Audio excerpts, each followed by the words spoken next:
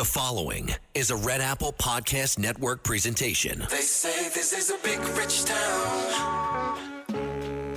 I just come from the poet's part. Bright light, city life, I gotta make it.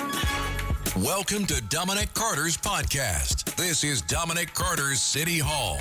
Now, here's Dominic Carter. Red Apple Podcast Talk Radio 77 WABC.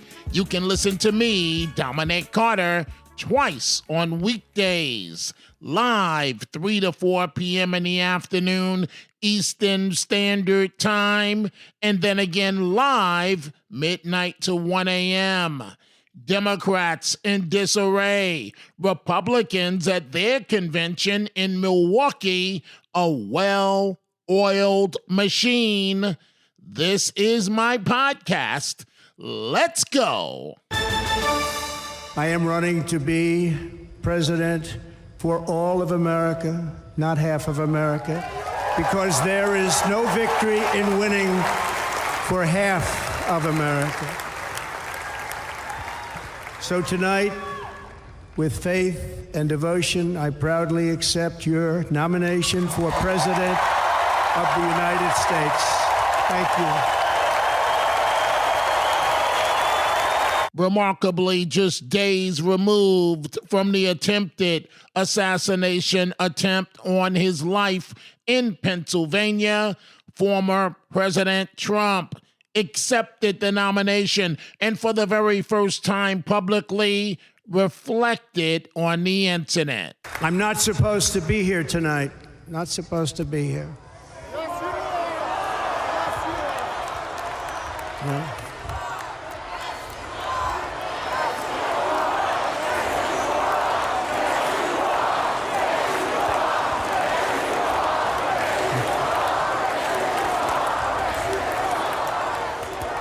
Thank you. Trump had the fire hat and jacket on stage with him of the retired fire chief that was killed in the Pennsylvania shooting. We will circle back to the attempted assassination attempt. Really, more than ever, Republicans can say and mean they are a big tent party. It's not just rhetoric this time around. The convention in Milwaukee proved it. Trump is redefining the game, making tremendous inroads with communities that historically Republicans could never, ever reach. Put it another way, Trump is thinking outside the box and winning big time. We now know his rally in the South Bronx was just scratching the surface. Look at the wide diversity of the RNC speakers. Model and rapper Amber Rose from South Philadelphia to a Latino mother who acknowledged she voted for Biden 4 years ago, but says in her words she will not make that mistake again.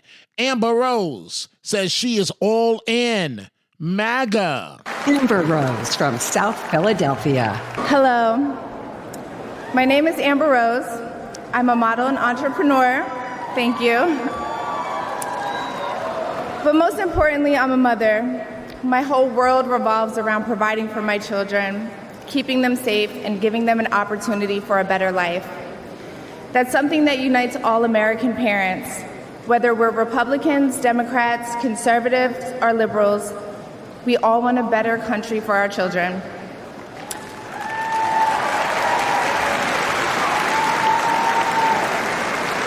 But I'm here tonight to tell you, no matter your political background, that the best chance we have to give our babies a better life is to elect Donald Trump President of the United States.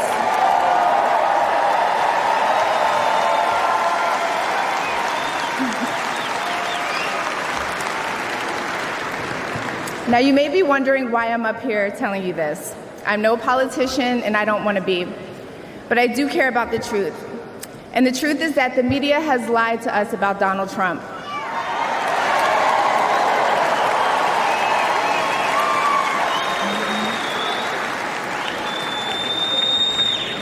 I know this because for a long time I believed those lies, so I'm here to set the record straight. The first person I knew who supported Donald Trump was my father.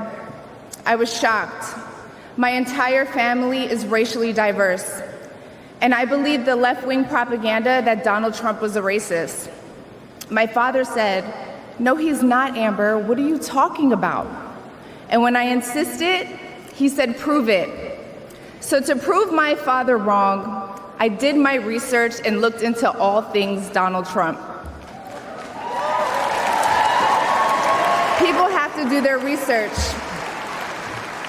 I watched all the rallies, and I started meeting so many of you, his red hat wearing supporters.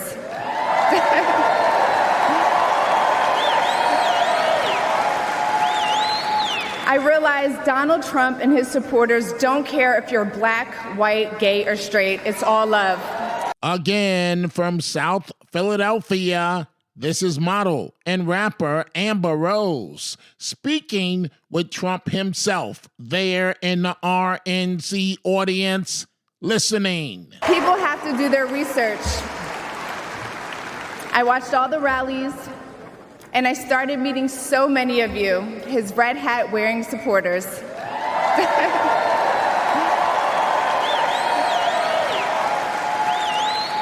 I realized Donald Trump and his supporters don't care if you're black, white, gay, or straight. It's all love.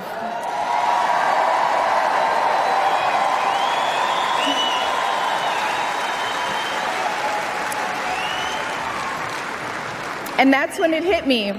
These are my people. This is where I belong.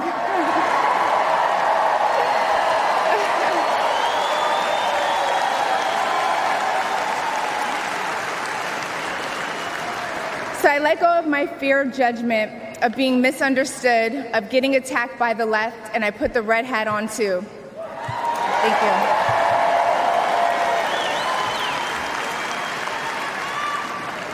Love you too.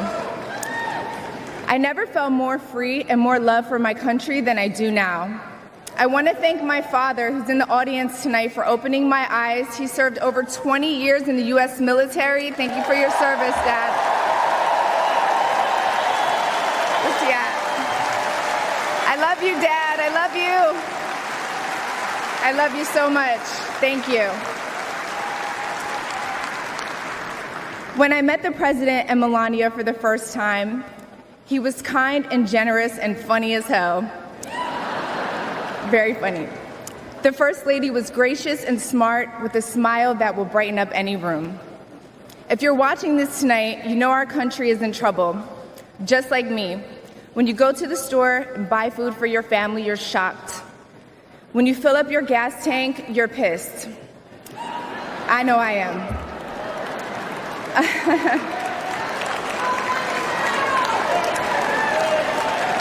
And when you turn on the news, you are just exhausted. Inflation is out of control, and you know in your heart it was not like this under Donald Trump.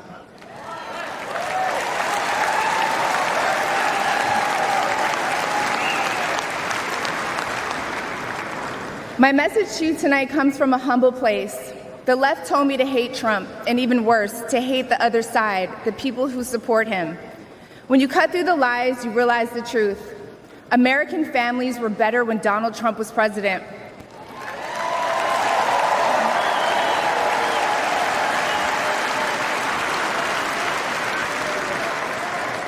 We were safer, wealthier, and stronger. A vote for Donald Trump is a vote to put money back in our pockets and good food on our kids' plates. Yes. Or, as Trump would say, it's a vote to make America great again. Thank you so much. Thank you. Model and rapper Amber Rose. Trump joined those in giving her a standing ovation. So ask yourself, why is Trump resonating? Why is he winning after all the Democrats have thrown at him? One, the Supreme Court has made it very clear for Americans to see through the nonsense of these criminal cases. And two, Trump is right on the issues. Illegal migrants in the country. The compelling, heartbreaking account from Michael Morin. Morin took the stage to tell the tragic story of his sister, Rachel Morin. You may recall the horrific headlines. On a walk in Maryland, she was the mother of 5 who was raped and murdered by a suspected illegal migrant. Here is what her brother had to say. Last year, we lost my beloved sister, Rachel. She went for a walk in one of our family's favorite places. This beautiful trail was to us a safe place where we pushed our babies in strollers, where we walked together as a family, where my wife and I got married, near what would later become the spot where my sister's body was found. Rachel, a joyful, accomplished athlete and mother of 5, was raped and murdered by a suspected illegal immigrant. This was described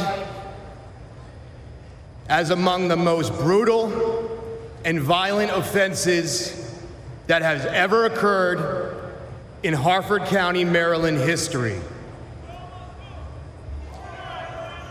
Open borders are often portrayed as compassionate and virtuous, but there is nothing compassionate about allowing violent criminals into our country and robbing children of their mother. Powerful. Absolutely powerful to listen to that. Democrats don't have an answer for these migrant crimes. That's why they are in deep trouble November 5th.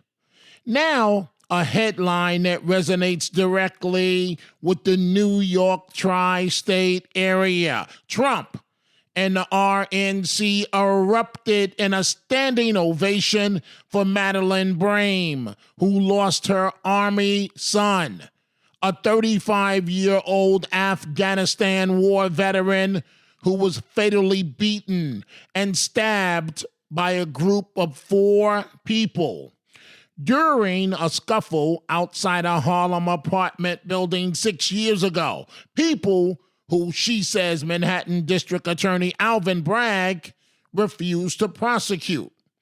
Quoting the mother, he received enemy fire from the Taliban only to be murdered by a knife in New York City. Madeleine Brame said of her son, the late Sergeant Hassan Correa.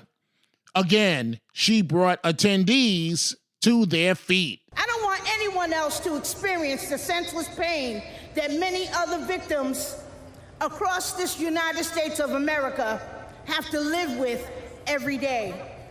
So I decided to use the voice that God gave me to be the voice for the voiceless across America.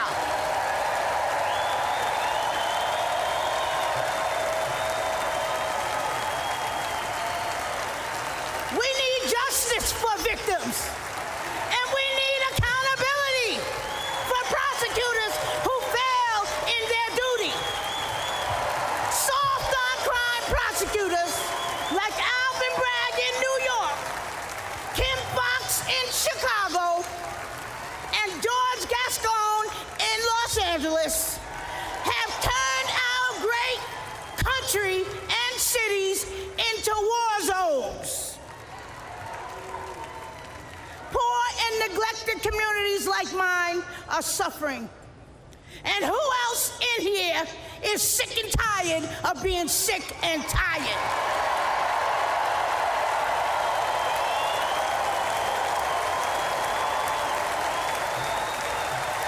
The Democratic Party that poor minorities have been loyal to for decades, including all right?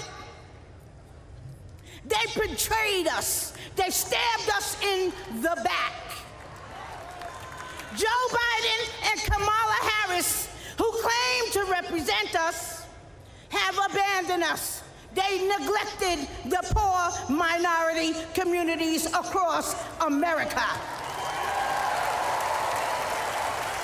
A mother's pain and progressives got us in this crime mess.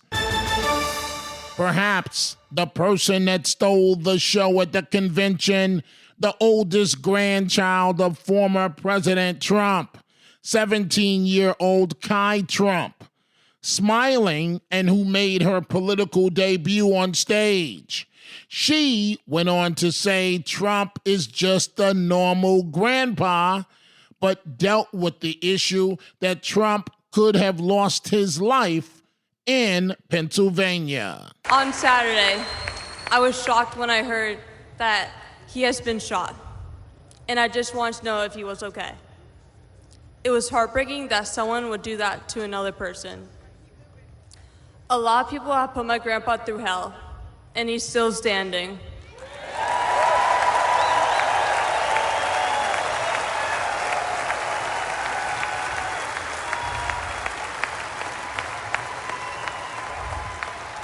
Grandpa, you are such an inspiration, and I love you.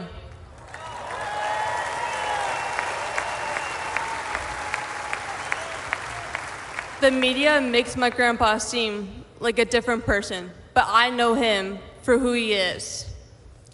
He's very caring and loving. He truly wants the best for this country, and he will fight every single day to make America great again. Thank you very much.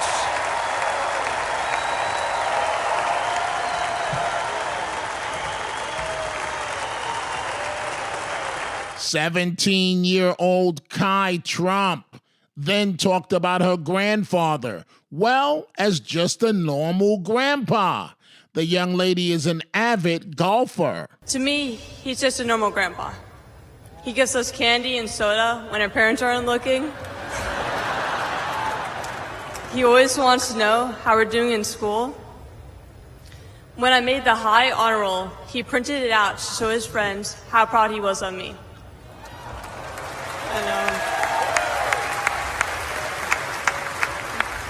He calls me during the middle of the school day to ask how my golf game is going and tells me all about his. But then I have to remind him that I'm in school and I'll have to call him back later. When we play golf together, if I'm not on his team, he'll try to get inside of my head. I know. And he's always surprised that I don't let him get to me. But I have to remind him, I'm a Trump too.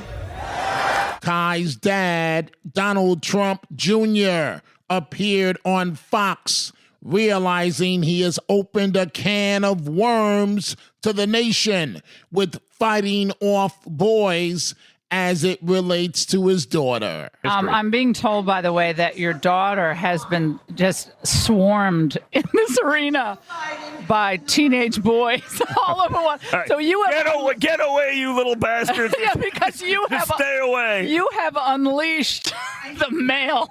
I mean, she has a big fan club. She's trending on the internet more than you. By the way, I think it was like the most viral clip. It's like tens of millions by like 11 o'clock last night. But literally, they had to shut down a part of the arena because so many people were following her. So you've introduced her to the world. Perhaps now. I'll regret picking up that phone and saying, "Sure, you could speak there." But I had to do that for her because she needed to do that for her grandpa. Now back to the assassination attempt.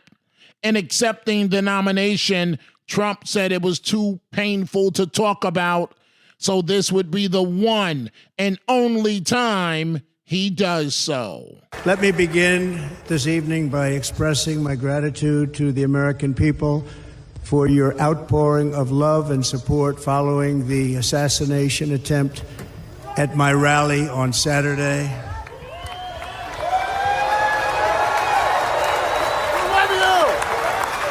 As you already know, the assassin's bullet came within a quarter of an inch of taking my life. So many people have asked me, what happened? Tell us what happened, please. And therefore, I will tell you exactly what happened, and you'll never hear it from me a second time because it's actually too painful to tell. It was a warm, beautiful day in the early evening in Butler Township in the great Commonwealth of Pennsylvania. Music was loudly playing, and the campaign was doing really well. I went to the stage, and the crowd was cheering wildly. Everybody was happy. I began speaking very strongly, powerfully, and happily, because I was discussing the great job my administration did on immigration at the southern border. We were very proud of it.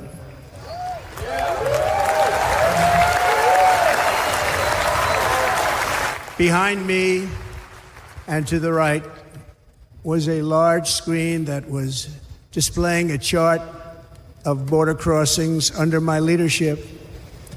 The numbers were absolutely amazing. In order to see the chart, I started to, like this, turn to my right and was ready to begin a little bit further turn, which I'm very lucky I didn't do, when I heard a loud whizzing sound and felt something hit me really, really hard on my right ear. I said to myself, wow, what was that? It can only be a bullet. And moved my right hand to my ear, brought it down. My hand was covered with blood, just absolutely blood all over the place.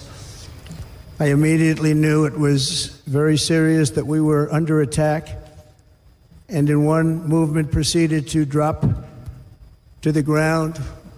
Bullets were continuing to fly as very brave Secret Service agents rushed to the stage, and they really did. They rushed to the stage.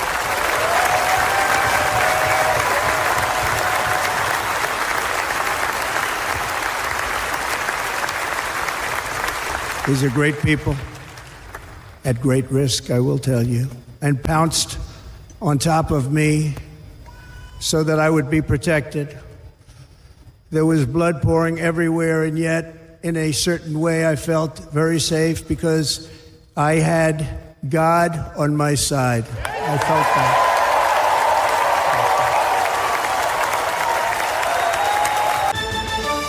Vance will prove to be quite formidable on the Trump ticket, telling the story of how he was raised by his grandmother, just like me. His mother battled a drug addiction.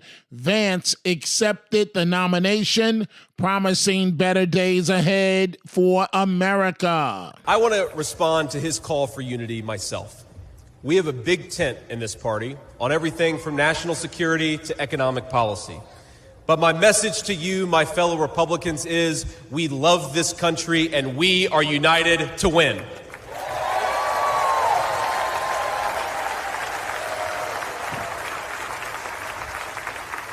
Right. Now, I think our disagreements actually make us stronger. That's what I've learned in my time in the United States Senate, where sometimes I persuade my colleagues and sometimes they persuade me. And my message to my fellow Americans, those watching from across the country, is shouldn't we be governed by a party that is unafraid to debate ideas and come to the best solution?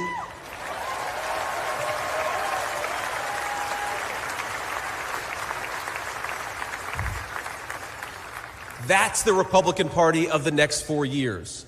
United in our love for this country and committed to free speech and the open exchange of ideas.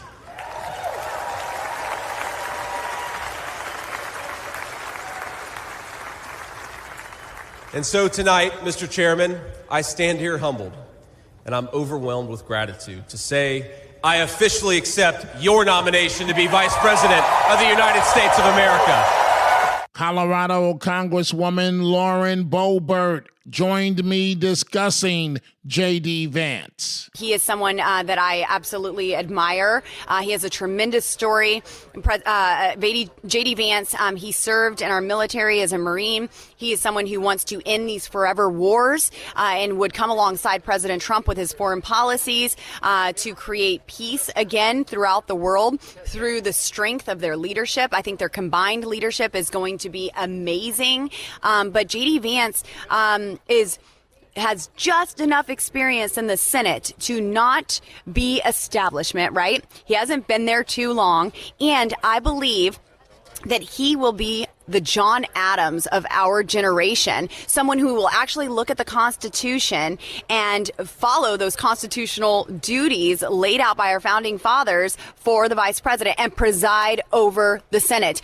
Chuck Schumer, Mitch McConnell, y'all can make your calendar. I'm presiding over the Senate. This is where I work. This is what I do. And I believe that he has the constitutional know-how and integrity to accomplish that. Finally, there was also Sean O'Brien, the president of the Teamsters Union. His speech hinted at shifting union loyalties of the major political parties. Now, you can have whatever opinion you want, but one thing is clear. President Trump is a candidate who is not afraid of hearing from new, loud, and often critical voices. And I think we all can agree, whether people like him or they don't like him, in light of what happened to him on Saturday, he has proven to be one tough SOB.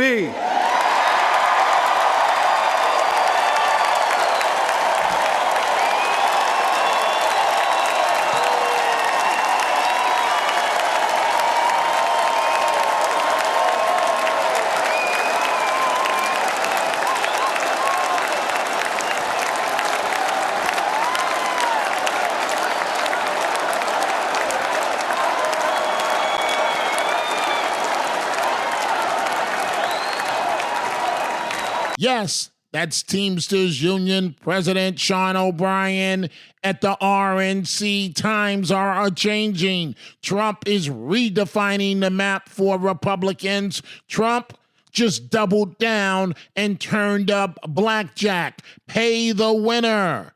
The soap opera of As the World Turns is on full display for Democrats. The Republicans are red hot, on fire. And that is all the time we have here in Milwaukee. Again, my upbringing is similar to that of Trump's running mate, Ohio Senator J.D. Vance. We both had it rough. And because of it, each of us was raised by our grandmothers. If you are interested in my book on my upbringing, No Mama's Boy, with the subtitle, How I Let Go of My Past and Embrace the Future, you can go to my website and order the book, where it will be personally signed by me, DominicCarterOnline.com, DominicCarterOnline.com. You can listen to me twice on weekdays, live 3 to 4 p.m. in the afternoon, Eastern Standard Time, and then again live midnight to 1 a.m. Dominic Carter, Red Apple Podcast, Talk Radio 77, WABC. I gotta make it. Dominic Carter Socials on Twitter at Dominic TV and Facebook and Instagram. Dominic Carter TV. Email at dominic.carter@wabcradio.com. Until the next episode, be well. And as Dominic always says, stay positive. The glass is always half full, never half empty. Dominic Carter City Hall.